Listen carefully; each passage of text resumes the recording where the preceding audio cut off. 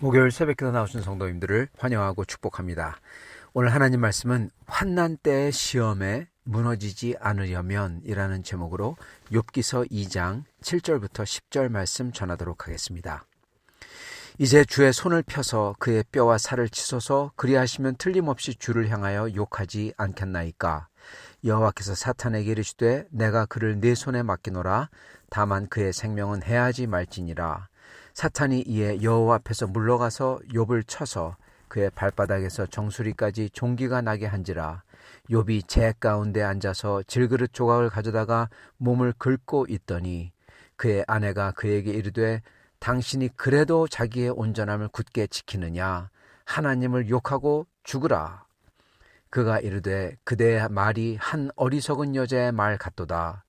우리가 하나님께 복을 받았은즉 화도 받지 않겠느냐 하고 이 모든 일에 욥이 입술로 범죄하지 아니하니라. 아멘. 오늘 말씀 제목 환난 때의 시험에 무너지지 않으려면 이라는 제목입니다. 사탄이 욥을 쳐서 그의 온몸에 심한 피부병이 나게 합니다. 그래서 너무 가려워서 질그릇 조각으로 긁고 있죠. 재에 앉아서. 그러한 욥에게 그의 아내가 옵니다. 그래서 아내가 하는 말이 있는데 그게 아주 놀랍고 경악스럽습니다. 당신이 그래도 자기의 온전함을 굳게 지키냐. 하나님을 욕하고 죽으라. 저주의 말을 퍼붓죠. 지금 욥의 아내, 마치 자기만 자식들이 죽는 고통을 겪고 있는 것 같은데 그게 아니잖아요. 욥도 같이 겪고 있죠. 근데 욥의 아내는 자기만 고통스럽다고 지금 욥을 저주하고 있는 것일까요? 아니면은 이런 와중에서 욥이 자기의 온전함을 지킨다고 하는 것처럼 보여서 그게 꼴보기 싫다고 짜증을 내며 이런 막말을 하고 있는 것일까요? 어떤 것일까요? 욥의 아내의 말은요, 이러한 막말이나 그냥 짜증 부리는 거나 그런 게 아닙니다. 왜냐하면 그녀의 입에서 나오는 말이 바로 사탄이 하나님께 예고한 것, 즉 욥이 하나님을 저주하리라 한 것을 지금 욥의 아내가 욥보러 당장 하라 하고 윽박지르고 있기 때문에 그렇습니다. 즉 이유는 어쨌든 간에 지금 욥의 아내는 사단 마귀 역할을, 적어도 그의 수족의 역할을 하고 있는 겁니다. 사단 마귀 짓을 하고 있는 거예요. 그래서 그녀의 말은 말 그대로 저주인 것입니다. 욥의 아내가 마귀가 씌어서 그런 것일까요? 그녀는 결국 사탄의 수족으로 행동하고 있지만 그녀 자신은 절대로 자신이 마귀가 씌었다고 생각하지 않을 겁니다. 왜냐하면 그녀는 그 당시에 아주 지극히 정상적인 생각에서 이 말을 한 거기 때문에 그렇습니다. 그녀의 말에는 이 생각, 이 언더스탠딩이 들어가 있어요. 첫째, 이런 겹겹의 재앙은 결코 우연이 아니고 이거는 인간의 힘을 벗어난 분이 가져오는 거다. 고로 이거는 욥의 하나님이 가져온 거다. 그렇기 때문에 욥보러 하나님을 욕하라고 하는 겁니다. 그리고 두 번째는 욥보러 죽으라고 하는 것은 이게 욥의 가정에게 특정해서 일어나는 일이잖아요. 욥에게 특정해서 욥에게만 일어나는 일이잖아요. 그죠? 그렇기 때문에 하나님이 내리셨기 때문에 이 재앙들은 결국 욥, 너 때문이다 라는 겁니다. 그래서 우리 아들, 딸 죽은 게 당신 때문이니까 욥보러 나가서 죽어라 하고 저주하는 겁니다. 이 욥의 아내의 생각은 욥의 친구들 생각하고 똑같습니다. 그리고 그 생각은 그 당시 세상 모든 종교인들이 생각했던 생각하고 똑같아요. 고로 지극히 정상적인 생각이라는 겁니다. 그 당시 사람들의. 그리고 현재도요. 소위 설익은 신앙인들이라고 자처하는 신앙인이라고 자처하는 크리스찬들 생각하고 똑같습니다. 똑같은 생각인 겁니다. 그거는 첫째, 하나님이 재앙을 내린다. 하나님이 재앙을 내리신다. 둘째, 하나님은 이유 없이 재앙을 내리지 않고 악인에게 재앙을 내린다. 반대로 또한 선을 행하는 자에게는 축복을 내린다라는 거죠. 그거의 반대급부가. 그리고 세 번째는 고로 이 재앙은 다 욥의 잘못이나 죄 때문에 일어난 거다. 이겁니다. 이게 그 당시 사람들이 또는 종교인들이 또는 현재 좋은 신앙인이라고 하는 사람들이 생각하는 소위 기복신앙이죠. 그걸 가진 사람이 생각하는 똑같은 생각입니다. 그렇기 때문에 욥의 아내 그리고 욥의 친구들은 자기들이 사탄 마귀 짓을 하고 있는데도 결코 자신들은 마귀가 씌인 게 아니라 지극히 정상적인 발언을 한다. 그 당시 정상적인 사람으로서 발언을 한다 생각하는 겁니다. 현재도 마찬가지입니다. 신앙 좋은 사람, 영적인 사람, 기복신앙이죠. 사실은 이들은. 그런 사람들이 이런 말을 하는 것입니다. 자기들은 마귀 씌었다고 생각하지 않아요. 오히려 자기들은 영적이라고 생각합니다. 근데 이들은 마귀의 짓을 하고 있는 겁니다. 이들이 사탄 마귀 꼭두각시 됨은 결국 그러한 생각에서 나온 결과, 즉 열매가 뭔지 딱 보면 됩니다. 말이 필요 없어요, 여러분. 결과만 보면 돼요. 열매만 보면 돼요. 욥의 아내는 욥보러 하나님 때문이다. 하나님 욕해라. 그리고 욥보러 가서 죽으라 합니다. 욥의 아내의 말이 요구하는 게 뭔지 보세요. 그거는 욥보러 가서 죽으라는 것뿐만 아니라 사탄이 원하는 것 그대로 말하고 있는 겁니다. 사탄 마귀가 하나님께 장담한 거, 그걸 지금 욥의 아내가 욥보러 빨리 가서 하라고 윽박지르고 있는 거예요. 막 밀고 있는 겁니다. 즉 욥의 아내는 이 세상에서 사탄 마귀의 수족의 역할을 하고 있는 겁니다. 여기서 욥의 아내가 감정적으로 사단의 뜻대로 해라 하고 윽박지른다면 나중에 보겠지만요. 욥의 친구들은 논리로 논쟁합니다. 신앙적인, 소위 자기들이 신앙적이라고 하면서 논쟁을 해요. 그러면서 사단의 뜻대로 하는 게 신앙이다 하고 윽박지르고 있는 것입니다. 그래서 그 이유야 어떻든 그 둘 다, 아내와 친구들 둘 다 논리적이든 신앙적이든 영적이든 상관없이 다 똑같이 사탄 마귀 짓을 하고 있다는 겁니다. 정말 안타깝죠. 가뜩이나 이러한 재앙을 당한 욥이 이러한 것을 지금 당하고 있어요. 이게 바로 환난 때의 시험인 겁니다, 여러분. 이게 진짜 시험이에요. 자식들이 죽는 것, 재산이 망하는 것, 이것도 환난이지만, 이것도 시험이지만 진짜 시험은 바로 이겁니다. 바로 옆에서 가장 가까운 사람인 아내가, 친구들이 사단 마귀 짓을 하며 그대로 하라고 막 윽박질러요. 여러분, 이것을 감당해낼 남편이 별로 없습니다. 이것을 감당해낼 보통 사람들이 별로 없어요.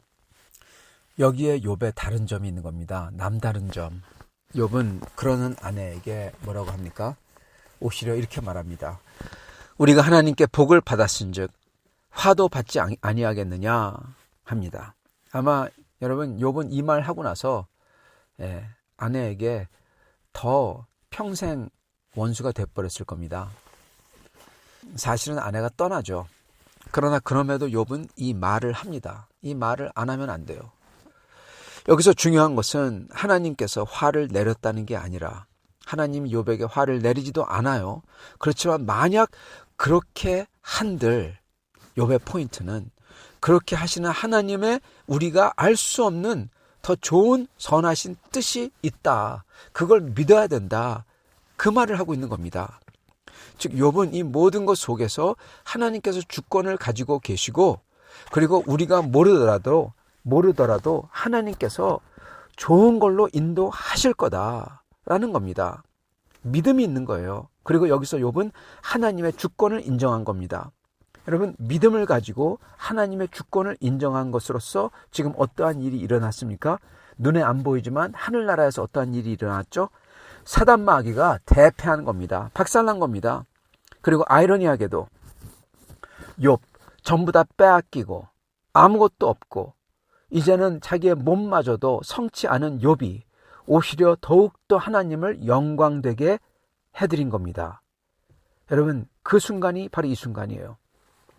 성도 여러분, 여기서 저희가 잘 봐야 될 것 또 하나 있는데요. 그거는 욥이 부자일 때보다도 이렇게 비참해진 순간에 오히려 하나님께 영광을 크게 드렸다는 사실입니다. 사람들은요, 흔히 이렇게 생각해요. 내가 이렇게 잘 되기만 하면, 내가 어떤 지위에 오르기만 하면, 내가 권력을 잡기만 하면, 내가 형통하기만 하면, 내가 성공하기만 하면, 내가 돈을 많이 벌기만 하면, 유명해지기만 하면 이걸로서 하나님께 하나님의 일을 하고 하나님께 영광을 돌리겠다. 그렇게 많은 크리스찬들이, 거의 90%의 크리스찬들이 이런 말을 합니다. 그런데 오늘 하나님의 말씀은 욥이 부자였고 지위가 있고 성공했고 형통했고 가장 부유했을 때, 그때보다도 오히려 이러한 욥, 지금 개인적인 고난을 통해서 다 잃어버리고 아무것도 안 가지고 심지어 자기의 몸마저 이제는 자기 마음대로 할 수 없는 그 순간에 하나님께 크나큰 영광을 드렸다. 이것을 저희가 봐야 되는 것입니다, 여러분. 그래서 하나님께 영광 드리는 거는요, 우리가 뭘 잘해서거나 또는 우리가 뭐를 성취해가지고 하나님께 영광 드리는 게 결코 아니라는 겁니다. 도리어 그런 것이야말로 욥의 아내나 친구들이 가진 생각과 똑같은 겁니다. 잘하면 축복받고, 그리고 이러한 세상 종교적인 생각, 세속적인 생각, 그거하고 똑같은 겁니다. 하나님께서 영광을 취하시는 것은요, 우리 인간이 생각할 때 멋지고 대단하고 인간이 성취한 능력과 힘을 통해서 하나님이 영광 받는다. 그게 결코 아니라는 거예요. 반대로, 이거와 정반대로 우리의 낮아짐과 고난을 통해서 하나님께서 영광을 받는 것을 저희가 여기서 보는 겁니다, 여러분. 그잖아요? 그리고 여러분, 이게 십자가하고 똑같아요. 네, 십자가하고 똑같아요. 주님의 십자가에서 하나님의 모든 영광이 드러났어요. 그게 요한복음이 증거하는 가장 중요한 증거입니다. 말씀입니다. 우리 주 예수 그리스도의 가장 영광스러운 순간이 언제입니까? 여러분, 부활이 아니에요. 부활은요, 십자가의 영광이 진짜라는 것을 뒷받침하는 증거일 뿐이고, 예수 그리스도의 가장 영광스러운 순간은 바로 온 세상을 구속하시는 십자가의 순간인 것입니다. 십자가 역사를 완성했을 때가 예수님의 가장 영광스러운 순간인 거예요. 그래서 우리는, 여러분, 우리가 낮아졌거나 그리고 고통받거나 내가 아무것도 할 수 없다고 말하는 순간, 그러한 순간일 때마다, 그럴 때일수록 저희는 하나님께 저희의 믿음과 소망과 저의 입술의 고백으로서 다른 사람들 앞에서 일부러 막 그냥 떠벌리는 게 아니라, 여러분, 떠벌리지 마세요. 그거 아니라 정말 적절한 때 내 입에서 진심되게 나오는 그 고백으로서, 아무것도 가지지 않은 내가 그 입에서 나오는 고백으로서 하나님께 영광을 돌린다는 사실을 우리가 분명히 알아야 된다는 겁니다. 우리가 힘들 때일수록 저희는 하나님께 영광을 돌릴 수가 있다는 거예요. 오히려 그럴 때일수록, 그러므로 저희는 저희의 입을, 저의 말을, 저의 생각을 정말 잘 해야 되고, 믿음의 생각을 가지고 있어야 되고, 믿음과 하나님께 영광의 말을 해야 되는 겁니다, 여러분. 그럴 때일수록 그때 진짜 승부가 나는 거예요. 사탄이 이기냐, 하나님께서 내 삶 속에서 영광을 취하시느냐, 그게 일어난다는 겁니다. 자, 욥이 그렇게 했어요. 대단한 거죠. 욥은 정말 하나님께 영광을 드리고, 그리고 욥이 여기서 사단 마귀를 이긴 겁니다. 자, 그런데 여기서 욥이 처한 상황을 다시금 봐야 됩니다. 지금 욥은 단순히 그의 아내가 당한 것처럼 고통과 슬픔을 욥도 지금 겪고 있는 것뿐만 아니라 지금 거기다가 하나가 더해집니다. 그건 바로 배신입니다. 예, 아내의 배신이죠. 그러므로 욥이 지금 경험하고 있는 것은 아주 지독한 고독입니다. 고독을 경험하고 있다는 것을 봐야 돼요. 욥이 자기에게 욕하고 저주하는 아내에게 당신은 어느 한 어리석은 여인 같다 그렇게 말한 것은, 욥은 자기의 아내만큼은 다른 여자들과 다르게 어리석지 않을 거라 생각했다라는 전제가 깔려 있는 겁니다. 예. 잠언에 나오는 현숙한 여인처럼, 잠언에 나오는 현숙한 여인은요, 안 보이는 곳에서 남편을 서포트하고 가정을 붙들죠. 욥은 이같이 재앙을, 그리고 슬픔을 같이 당하고 있는 아내, 세상에서 유일하게 욥의 슬픔과 고통을 같이 할 수 있는 유일한 세상의 존재가 바로 아내잖아요. 근데 이 아내가 현숙한 여인으로 같이 일어설 수 있도록 서로 같이 의지하고 서포트하기를 당연히 예상을 했는데, 근데 이게 산산조각 나는 겁니다. 그녀는 말로써 욥의 가슴을 후벼 파고 사탄의 뜻대로 안 한다고 욕하고 심지어 나가 죽으라고 욥을 저주해버립니다. 이렇게 죽으라고 저주까지 했기에 그녀는 욥을 마음으로 버렸을 뿐만 아니라 결국 그녀는 실제로 욥을 버리고 떠났다는 뜻입니다. 즉 이 말은 욥은 정말 혼자라는 겁니다. 욥을 둘러싼 사람들은 욥의 아내, 욥의 친구 전부 다 사단 마귀의 수족들이에요. 사단 마귀의 수족들로서 욥이 겹겹이 둘러싸여 있어요, 여러분. 여기서 욥의 유일한 친구며 옹호자는 딱 한 명밖에 없습니다. 하나님밖에 없어요. 이걸 저희가 봐야 됩니다. 성도 여러분, 저희가 고통과 고난 속에 있을 때 저희는요, 인간에게 위로받으려고 하면 안 됩니다. 그런 기대를 가지면은 반드시 실망하게 돼요. 같이 고통 속에서 따뜻하게 안아주는 게, 고난 속에서 따뜻하게 서로 안아주는 게 어쩌면 최고의 역할인지도 모르겠어요.